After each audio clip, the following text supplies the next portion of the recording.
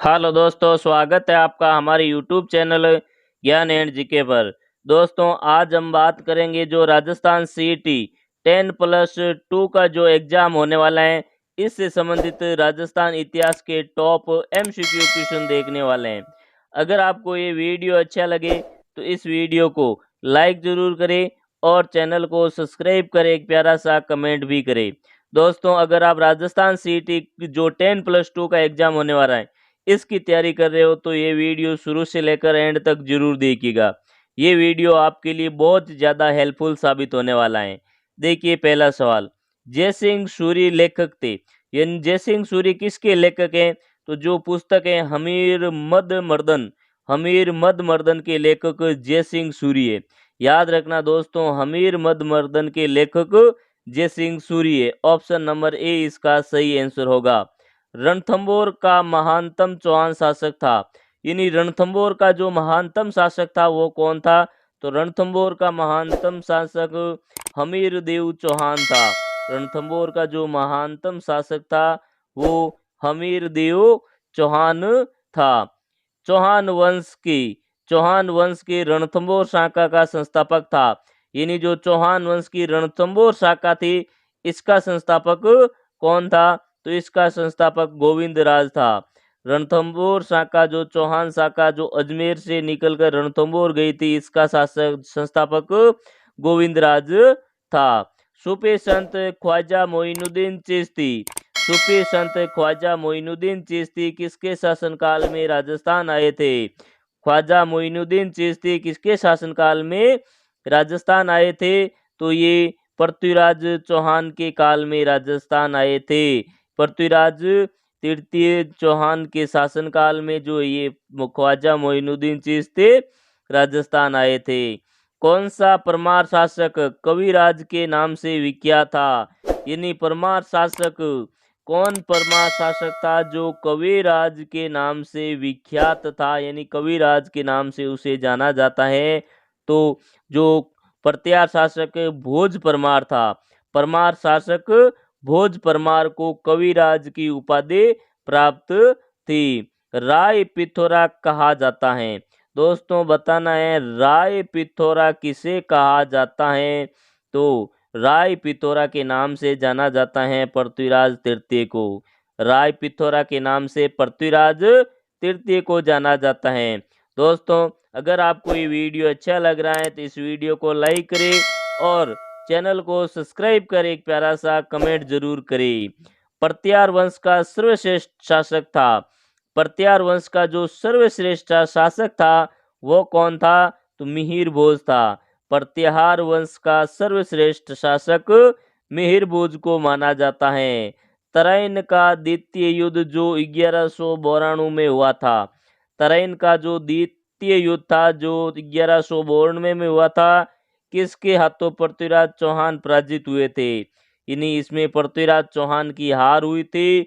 और किससे हारे थे पृथ्वीराज चौहान? तो मोहम्मद गोरी से हारे थे। यानी जो तराइन का द्वितीय युद्ध जो 1192 में हुआ था, ये युद्ध पृथ्वीराज तृतीय और मोहम्मद गोरी के बीच लड़ा गया था। तराइन के प्रथम युद्ध जो तराइन का प्रथम युद्ध हुआ था, ये 1191 में हुआ था। के संबंध में क्या सत्य है? यानी सत्य कथन का चयन करना है। तो पृथ्वीराज के हाथों मोहम्मद गोरी की पराजय हुई। यानी यही बात सही है दोस्तों। तराइन का जो प्रथम युद्ध हुआ था इसमें मोहम्मद गोरी हारा था। किसे? पृथ्वीराज तृतीय के हाथों से मोहम्मद गोरी की पराजय हुई थी। तो ऑप्शन नंबर ए इसका सही आंसर होगा। किसके साथ हुए युद्ध में?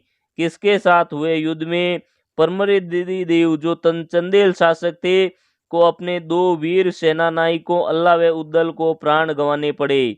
यानी किसके साथ युद्ध में परमरिद्धि देव चंदेल को अपने दो वीर सेनापति जो अल्लाह और उद्दल के नाम से जाने जाते हैं उनको गंवाने पड़े?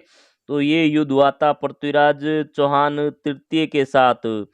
यानी पृथ्वीराज तृतीय के साथ जब परमरिद्धि देव का युद्ध हुआ था तो इस युद्ध में अल्लाह और उद्दल ने प्राण दिए थे। अलाउद्दीन खिलजी के किस अभियान के वर्णन में क्रम में सामयिक लेखों द्वारा जौहर वर्त का पहला विवरण मिलता है? यानी अलाउद्दीन खिलजी ने कहाँ पे आक्रमण किया जो इतिहास में पहला जौहर का विवरण मिलता है? तो ये रणथंबोर का युद्ध था जो 1301 ईस्वी में हुआ था।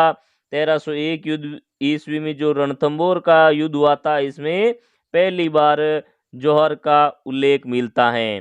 दोस्तों, अगर आपको ये वीडियो अच्छा लग रहा है तो इस वीडियो को लाइक करें और चैनल को सब्सक्राइब करें, एक प्यारा सा कमेंट करें। कन्नौज पर आधिपत्य स्थापित करने के लिए त्रिपक्षीय संघर्ष की पहल किसने की? कन्नौज पर आधिपत्य स्थापित करने के लिए जो त्रिपक्षीय संघर्ष की शुरुआत की या पहल की थी, वो प्रत्यार नरेश वत्सराज ने की थी। वत्सराज नरेश ने की थी। अगला क्वेश्चन देखिए, 13 नंबर क्वेश्चन। पृथ्वीराज चौहान ने विजय नीति का अनुसरण किया क्योंकि? पृथ्वीराज चौहान ने विजय नीति का अनुसरण किया क्यों? इसका कारण था कि वे अपने संबंधियों से छुटकारा पाना चाहता था। उन्होंने दिग्विजय की भावना थी, विदेशी शत्रुओं को नष्ट करना चाहता था। तो उपयुक्त सभी कथन इसमें सही हैं। अगला क्वेश्चन देखिए, 14 नंबर क्वेश्चन। निम्नलिखित में से कौन सा प्रत्यार शासक कर्पूर मंजरी के नाम से रचयिता राजशेखर का शिष्य तथा संरक्षक था? यानी कौन सा प्रत्यार शासक था जो कर्पूर मंजरी के नाम से, कर्पूर मंजरी की रचयिता जो राजशेखर थे, इनका शिष्य था और इसका संरक्षक भी था? तो ये शासक था वत्सराज। ये शासक वत्सराज था। ऑप्शन नंबर ए इसका सही आंसर होगा। किस चौहान वंशी शासक ने अजमेर में संस्कृत विद्यालय की स्थापना की थी? तो जो संस्कृत विद्यालय की स्थापना कराने वाला जो चौहान शासक था, उसका नाम है विग्रहराज चतुर्थ। विग्रहराज चतुर्थ ने अजमेर में संस्कृत पाठशाला या संस्कृत विद्यालय की स्थापना की थी, जिसे वर्तमान में 2.5 दिन के झोंपड़े के नाम से जाना जाता है। किस चौहान वंशी शासक ने हरिकेली की रचना की थी? यानी जो हरिकेली जो नाटक है, ये संस्कृत भाषा में है।